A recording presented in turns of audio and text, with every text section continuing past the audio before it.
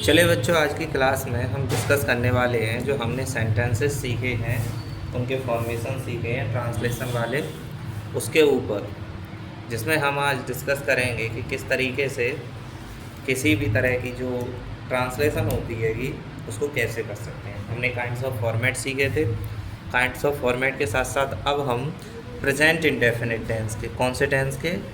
Present indefinite tense के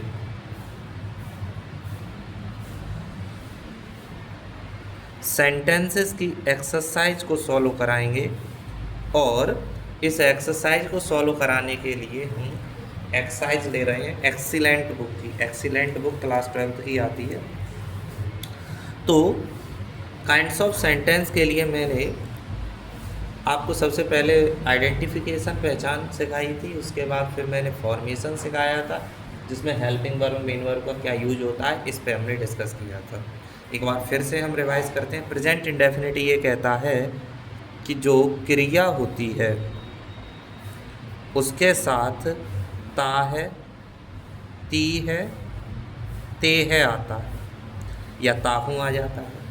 तो आइए अब हम सेंटेंसेस में ये चीज़ देखते हैं कि जब भी हमें सेंटेंस लिखा मिलेगा तो क्या यही चीज़ होगी। तो देखो, ताहू, ती है, ते हैं, ते हैं, ता है, ती है। ये हिंदी की पहचान है।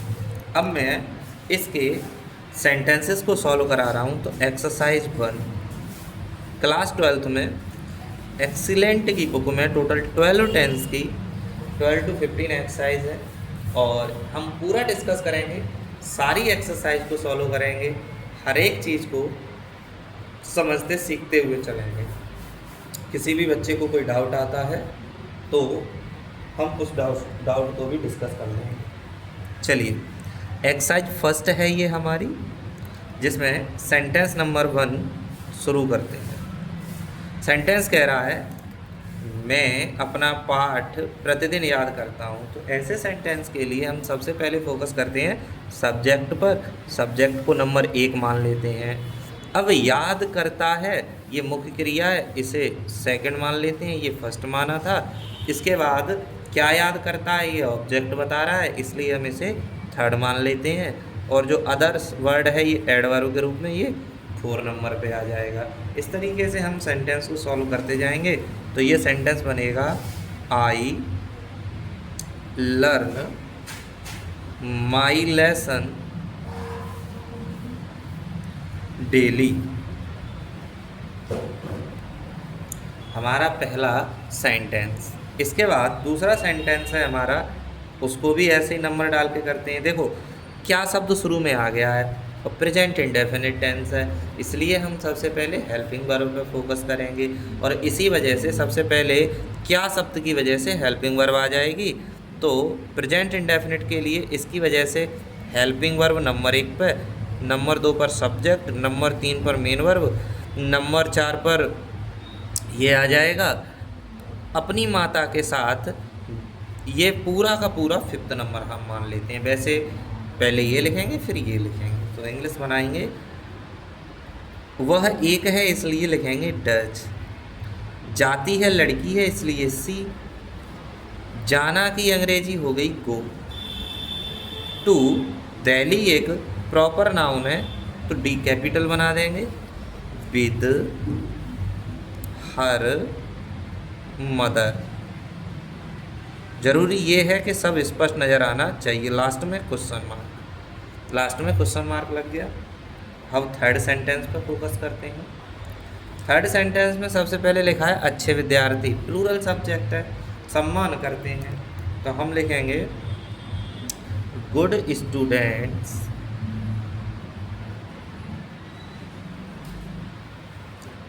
सम्मान करते हैं। तो ये हो गई मेन वर्ब, इसकी अंग्रेजी आएगी रेस्पेक्ट अपने शिक्षकों का। इसके लिए हमें एक बात सोचनी और समझनी पड़ेगी कि एक प्लूरल सब्जेक्ट है, तो यहाँ अपने की अंग्रेजी देयर आएगी, देयर टीचर्स। यहाँ एक चीज़ मैं आपको बताना चाहूँगा कि 2 सेंटेंसेस में रेगुलरली यहाँ पे भी अपने आया है और यहाँ पे भी अपनी आया है, लेकिन इसकी अंग्रेजी यहाँ हर लगाई थी और यहाँ अपने की अंग्रेजी हम देयर लगा रहे हैं। क्या ये आपको आता है? अगर ये आपको पता है बहुत अच्छी बात है, और अगर नहीं पता है आप तुरंत बोलेंगे, हम इसको एक्सप्लेन कर देंगे। कमेंट में डाउट में ज़रूर बताएं। सेंटेंस नंबर 4 है हमारा, क्या हम हॉकी नहीं खेलते हैं? क्या शब्द शुरू में आया है? जैसे यहाँ डज लगाया था, हम के लिए डू लगा देंगे, उसके बाद बी आ गया। अब देखो जब नहीं आए तो नॉट लगाते हैं, और not always used before main verb. तो हम पहले नॉट लिखेंगे और उसके बाद खेलना की इंग्लिश प्ले, ना लास्ट में लिखेंगे हॉकी। एक चीज़ समझ लीजिए कि कोई भी गेम का नाम है, जैसे कि हॉकी एक गेम का नाम है, कोई भी गेम का नाम है तो उसका एक रूल होता है कि किसी भी गेम के नाम के आगे दा वगैरह का यूज़ नहीं करेंगे। इवन किसी भी ऐसे गेम के नाम के आगे जो गेम बताता है, हॉकी, कबड्डी, क्रिकेट, फुटबॉल, तो इंडिपेंडेंट नाम यूज होता है, दा यूज नहीं करता। नंबर 5 सेंटेंस है हमारा, मोहन स्कूल नहीं जाता है। नेगेटिव सेंटेंस है, सबसे पहले मोहन लिखेंगे, सिंगुलर है इसलिए डज लगाएंगे, और नॉट तो मेन वर्ब से पहले आएगा ही, लेकिन डज की वजह से मेन वर्ब की फर्स्ट फॉर्म आ जाएगी, तो वो हो जाएगा टू स्कूल। 6 नंबर सेंटेंस में देखो यहाँ लिखा है, क्या राधा एक मधुर गीत गाती है? तो क्या शब्द शुरू में है? तो डज आ गया। राधा का नाम है एक राधा, तो इसलिए आर बड़ी बना दी। गाती है, सिंग ए स्वीट सॉन्ग। इस तरीके से हमने इस एक्सरसाइज के 6 सेंटेंस कर लिए। सेंटेंस नंबर 7 पे फोकस करेंगे, वो जो कि दूसरे पेज की तरफ है। तो देखो यहाँ पर मेरा लिखा है। अब मैं इस बुक के दूसरे पेज को ओपन कर रहा हूँ, तब तक के लिए होल्ड ऑन। और वैसे थंबनेल में आपने पूरी एक्सरसाइज के लिखे हुए सेंटेंसेस देखे ही हैं, तो आप उस थंबनेल को डाउनलोड कर सकते हैं और फिर दोबारा आप उसकी प्रैक्टिस कर सकते हैं। बाकी क्लास में तो सेंटेंस दिखा के हम आपको सॉल्व करा ही रहेंगे। चलिए अब आगे के सेंटेंसेस शुरू करते हैं। हम देख पा रहे हैं कि यहाँ पर लिखा हुआ जो सेंटेंस है नंबर 7, उसके स्टार्टिंग में मेरा था, लेकिन पेज टर्न हो गया है। तो अब हम इस चीज़ पे फोकस करेंगे कि जो सेंटेंस है हमारा वो क्या है। तो अगला जो सेंटेंस है, देखो हमें नज़र आ रहा है, मेरा भाई प्रतिदिन खेतों की ओर जाता है।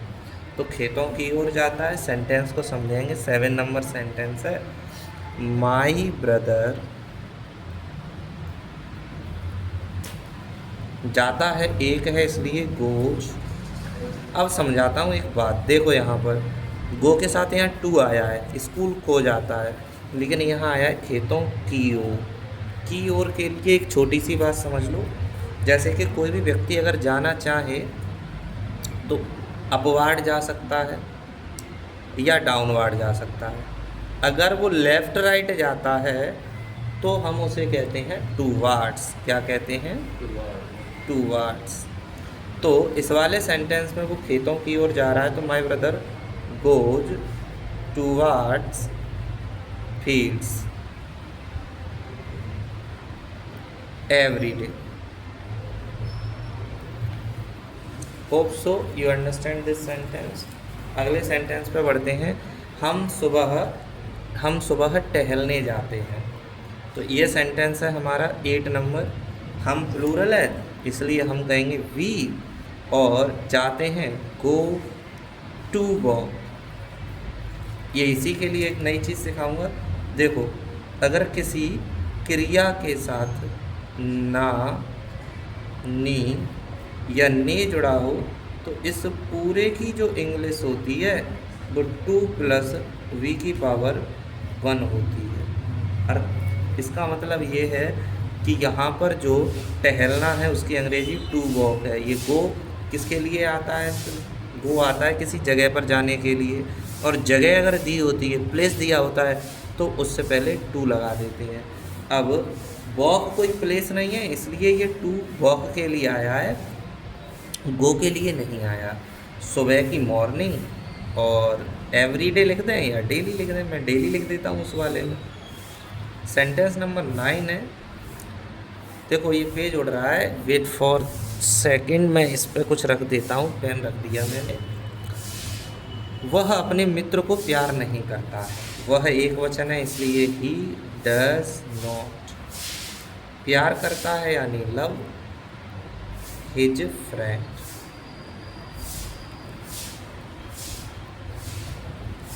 नेक्स्ट सेंटेंस है, क्या वह गृहस्थी का सब काम कर सकती है। देखिए कर सकती है सेंटेंस के लास्ट में लिखा है। अगर यहाँ हमें दिख रहा है कि सेंटेंस के लास्ट में सकती है लिखा है, तो इसके लिए हम कैन का यूज करेंगे। और कैन का यूज करना बहुत डिफ़िकल्ट नहीं है। हम सबसे पहले कैन लिख देते हैं, कैन सी। अब देखो यहाँ करना की डू लगाएंगे, ठीक है। Can see do all domestic work, गृहस्थी का सब काम। अगला सेंटेंस है 11 नंबर, अच्छे लड़के बुरे लड़कों की संगति पसंद नहीं करते हैं। तो इसका होगा good boys do not like, बुरे लड़कों की संगति, तो ये हो जाएगी do not like the company of bad boys, the company of bad boys. थोड़ा सा नोटबुक को ऊपर कर लेते हैं, यू कैन सी प्रॉपरली या you are able to see this properly. चलिए आगे बढ़ते हैं। अगला सेंटेंस है हमारा,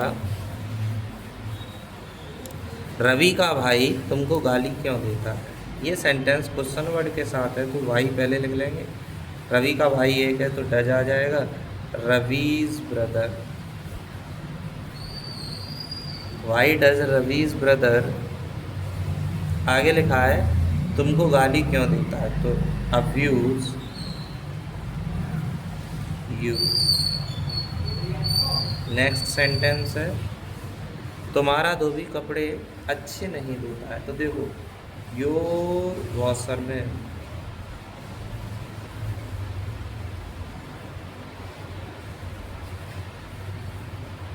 does not wash the clothes where.